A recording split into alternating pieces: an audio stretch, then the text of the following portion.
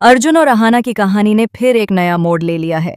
क्या आप सोच सकते हैं कि वही प्यार और वही रिश्ते जो कभी टूटने की कगार पर थे, अब एक नई शादी की पार्टी के बहाने फिर से एक साथ आ रहे हैं? लेकिन इस खुशियों के बीच बड़े घर में छुपे हुए षड्यंत्र और चालाक चालें किसी के भी मन की धड़कन तेज कर सकती हैं। दुर्गा देवी की चुपके से रची गई योजना अब सबके सामने आने वाली है, और इस बार कोई भी अपने गुस्से या चालाकी से इसे रोक नहीं पाएगा।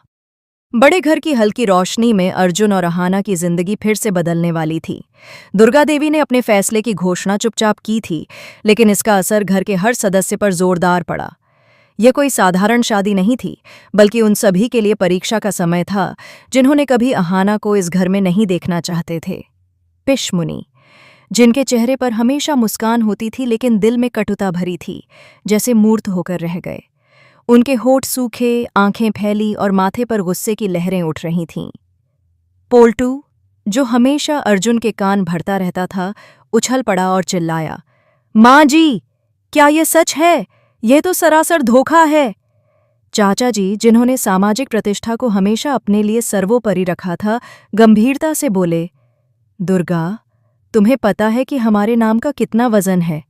अर्जुन की दूसरी शादी की तैयारी पूरी हो चुकी थी, लोगों को निमंत्रण भेज दिया गया। अब यह क्या कर रही हो? लेकिन दुर्गा देवी शांत और अडिग खड़ी थीं।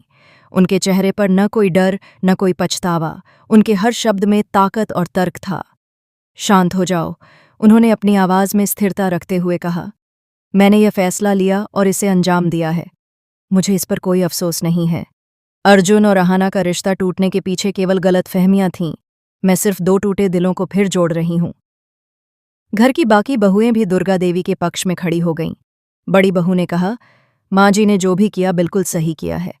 अहाना हमारे घर की छोटी बहू बनने के लिए पूरी तरह योग्य है, और किसी की खुशियों के खिलाफ समाज की इज्जत का क्या मतलब? दूसरी बहू ने सिर हिलाकर सहमति जताई। हाँ माँ जी, अर्जुन की खुशी में उसकी आंखों में जो चमक है, वह लंबे समय से गायब थी।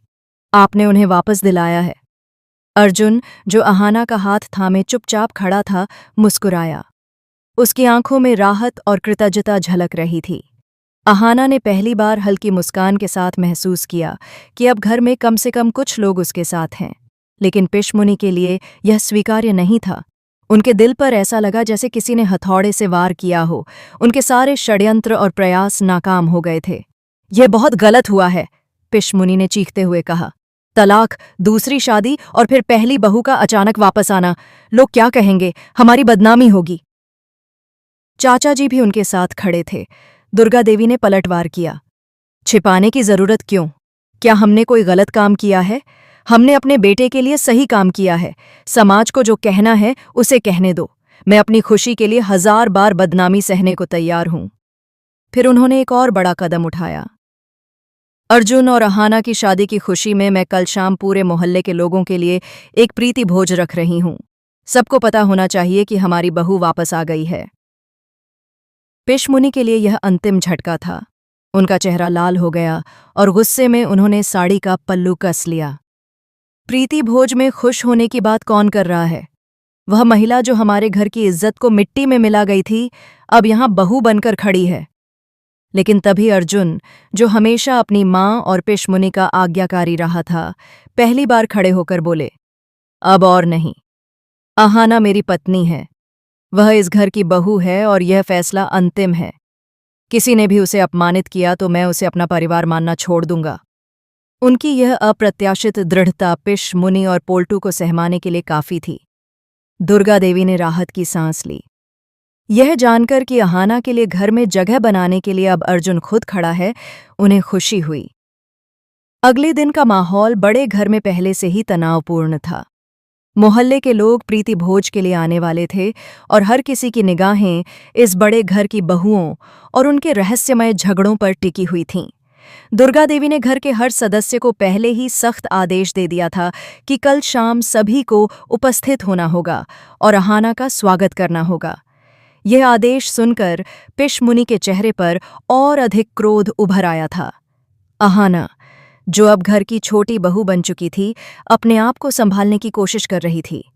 उसे पता था कि यह नई शुरुआत किसी तरह की आसान यात्रा नहीं है। हर एक कदम पर विरोध और नकारात्मकता उसे घेर रही थी, लेकिन अर्जुन का साथ उसे ताकत दे रहा था। उसकी आंखों में जो दृढ़ता और सुरक्षा का भाव था, उसने अहाना को अंदर ही अंदर विश्वास दिलाया कि वह अकेली नहीं है। पोल्टू, जो हमेशा अपने मामा और पिशमुनी के साथ खड़ा रहता था, पहले ही परेशान था। उसने सोचा कि कैसे यह घर का हर सदस्य उसके और पिशमुनी के पक्ष में रहेगा, जब सब दुर्गा देवी और अहाना के समर्थन में खड़े हैं। उसने अपने हाथ में आए निमंत्रण पत्र को देखा, जो अर्जुन और अहाना की दूसरी शादी की पार्टी का था, और गुस्से में इसे फाड़ने की कोशिश की, लेकिन भीतर की आवाज उसे रोक रही थी। दुर्गा देवी अपने कमरे में बैठी योजनाओं को दोहराते हुए मुस्कुरा रही थीं। उसने देखा कि अर्जुन अब केवल अपने मन की सुन रहा था। यह देखकर उन्हें संतोष हुआ। उन्होंने सोचा कि अहाना को घर में सही जगह दिलाने के लिए अब किसी को बहस करने की गुंजाइश नहीं है। शाम के समय घर सजाया गया। रंग बिरंगी लाइटें, फूलों की सजावट और भोज के लिए विशेष तैयारियां की गई थीं। मोहल्ले के लोग आनंद